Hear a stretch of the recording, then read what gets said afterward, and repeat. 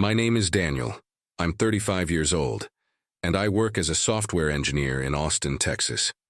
For 6 years, I shared my life with Lisa, a woman I met at a tech conference who works in marketing for a local startup.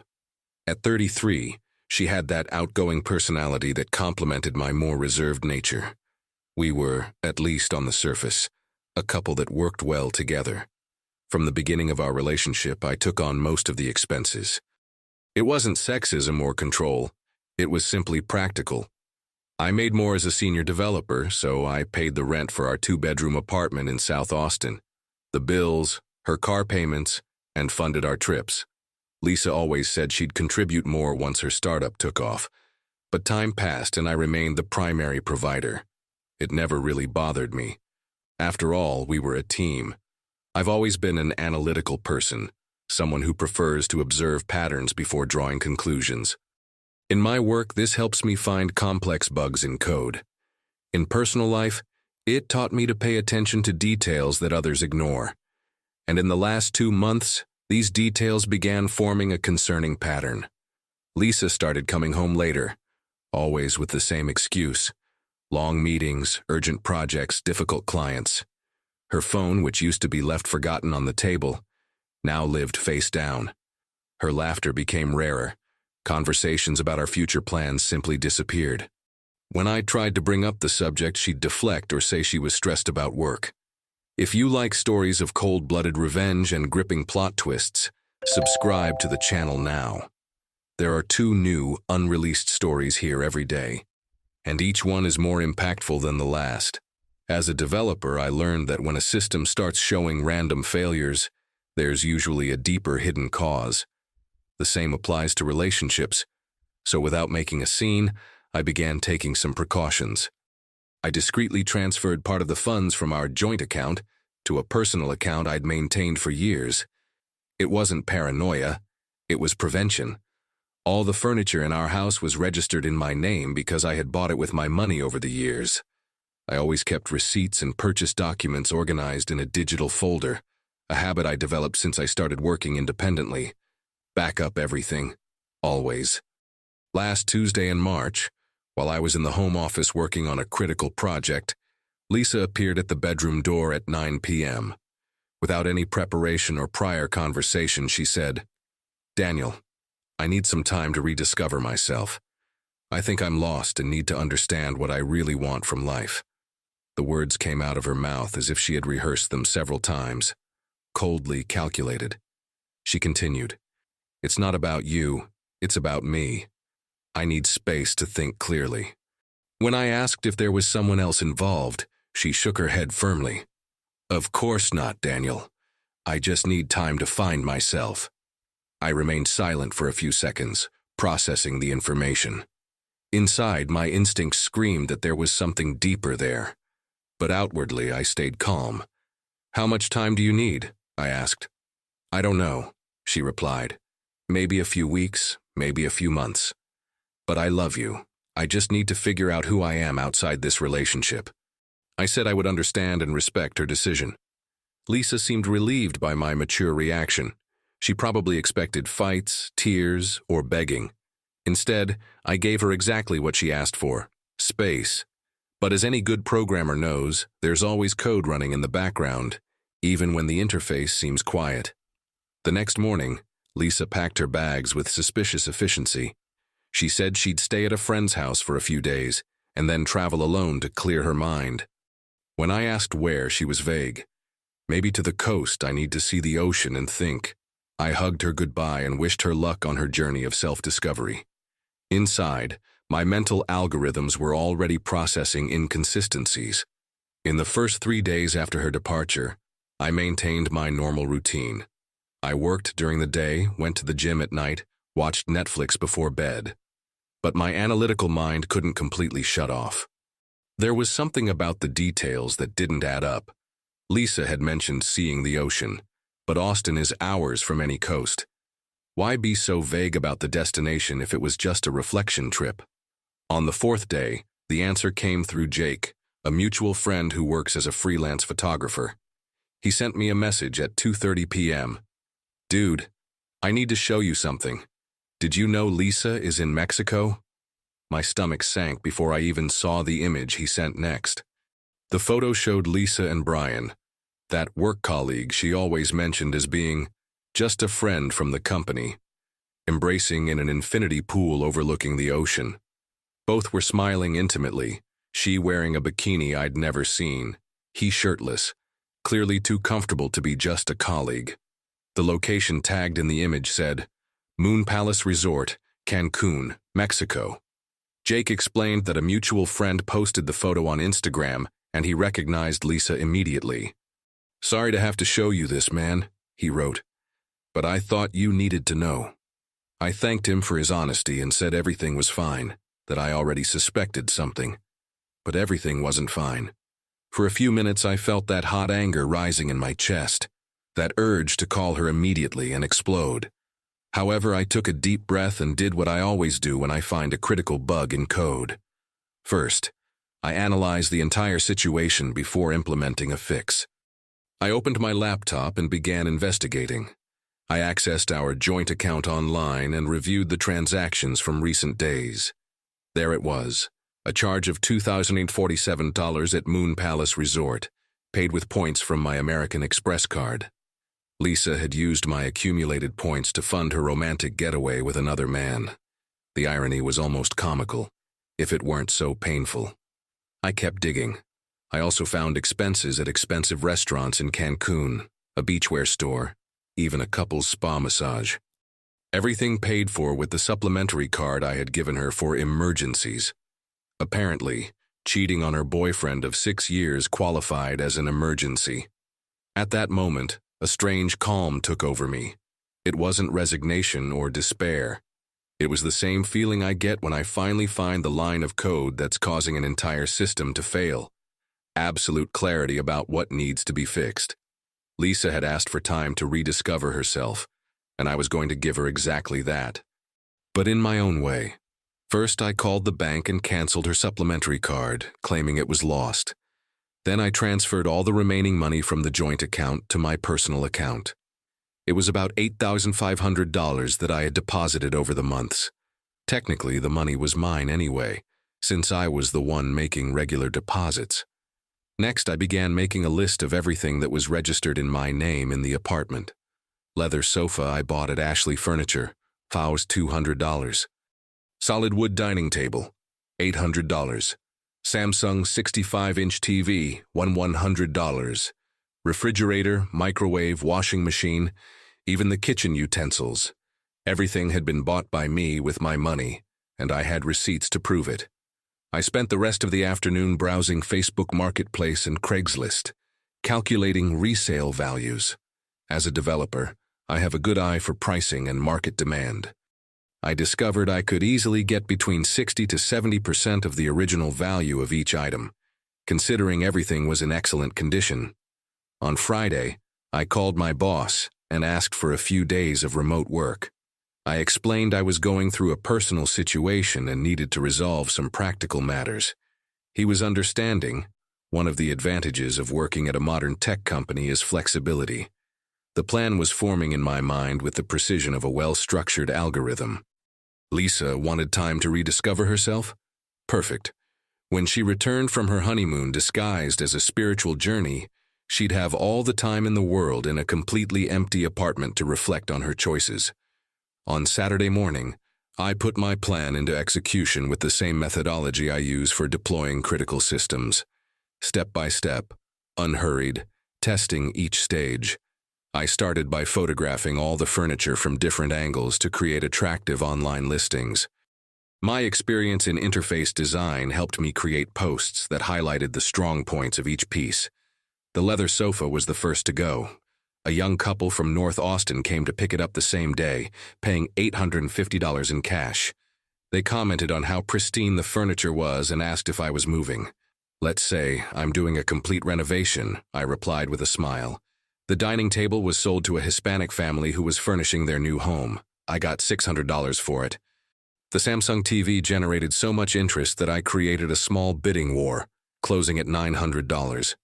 More than I expected. In 2 days, I had already made $2,350 just from the main furniture pieces. I continued methodically. Small appliances, kitchen utensils, even the ornamental plants that Lisa loved so much. Everything was priced and sold. I kept only the essentials: my work computer, clothes, some technical books, and my mattress on the floor of the main bedroom. The apartment was transforming into a minimalist version and echoed with every step. During this process, I received some messages from Lisa: sunset photos, vague messages about finding inner peace, and superficial questions about how I was doing. I responded politely, "Good that you're enjoying yourself. I'm doing well here, focused on work." She suspected nothing. On Tuesday, I called the building management and informed them I wouldn't renew the lease contract, which expired at the end of the following month. I explained I was going through personal changes and needed a smaller space. The secretary was kind and said she understood perfectly that changes are sometimes necessary. Next, I canceled all services that were in my name: internet, cable TV, water, electricity. I scheduled the disconnection for the following Friday, the day Lisa would return from her journey of self-discovery. The timing was perfect. I also found a modern loft downtown Austin, in a more vibrant area close to interesting restaurants. The rent was even lower than our current apartment, and the space, though compact, had an urban vibe that always attracted me. I closed the deal the same week. On Thursday, while organizing the final details of the move, I received an unexpected call from Brian. Yes, Brian himself from the Cancun photo. He said he needed to talk to me about a delicate situation and asked if we could meet for coffee. I accepted the invitation, curious to see how he would approach the subject. We met at a coffee shop downtown, away from our common social circle. Brian seemed nervous, constantly fidgeting with his hands and avoiding direct eye contact. "Daniel, I know this will sound strange, but I need to tell you something about Lisa," he began. "I didn't know you two were still together when she invited me to travel. She said she had broken up with you months ago and was single." I feigned surprise. "Really? She told me she was taking a solo trip for reflection." "Man, I feel terrible," Brian continued. "I only found out the truth when I posted a photo on my stories and some mutual friends started asking strange questions. Then I connected the dots and realized she lied to both of us." I thanked him for his honesty and said I held no grudge, since he had also been deceived. Brian seemed relieved and offered help if I needed anything. We parted cordially, but inside I was satisfied. Lisa's own lover was confirming my version of events. Friday morning, the apartment was completely empty, except for a suitcase with my clothes and my work setup. The walls echoed when I walked, creating an almost cinematic atmosphere. I rang the neighbor's doorbell and handed him an envelope with the spare key, asking him to deliver it to management. Before leaving definitively, I left a note on the empty kitchen counter. Not a long or dramatic text, just a phrase that perfectly summarized the situation. "Now you have all the time in the world." I took my suitcase and drove to my new loft. At 3:30 p.m., I received the first call from Lisa. I didn't answer. At 3:45 p.m., second call. At 4 p.m., desperate messages began. "Daniel, what happened to our apartment? Please call me immediately. I can't get in, there's nothing inside." At 4:30 p.m., my phone wouldn't stop ringing. Lisa was clearly panicking. I finally answered on the 10th attempt. "Daniel, what the hell happened? Where's our furniture? Where are our things?" she screamed from the other end of the line. "Our things?" I asked calmly. "Lisa, you asked for time to rediscover yourself. I thought it would be easier for you to do that without distractions. You sold everything. How could you do this to me?" "I sold my things, Lisa. Everything was in my name, bought with my money. You can check the receipts if you want." She started crying and begging, then switched to threats. She said she'd sue for abandonment, that she'd tell all our friends how cruel and vindictive I was. I listened to everything in silence, waiting for her to finish the show. "Lisa," I finally said, "you wanted time to find yourself. I just removed all possible distractions from your path. Now you can reflect in absolute peace." And I hung up the phone. After hanging up, I blocked Lisa's number on all platforms, text messages, Instagram, Facebook, even email. As a developer, I know the best way to prevent bugs is to eliminate invalid input sources. Lisa had become exactly that, a source of corrupted data that would only bring instability to my system.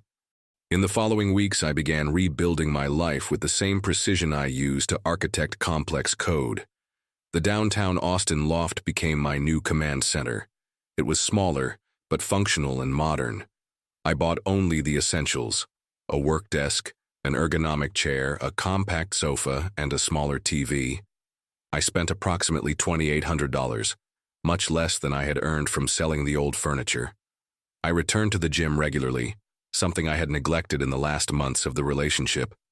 I resumed old hobbies like photography and began exploring Austin in a way I hadn't done in years. I discovered interesting coffee shops, bars with live music, even signed up for an Italian cooking class on Saturdays.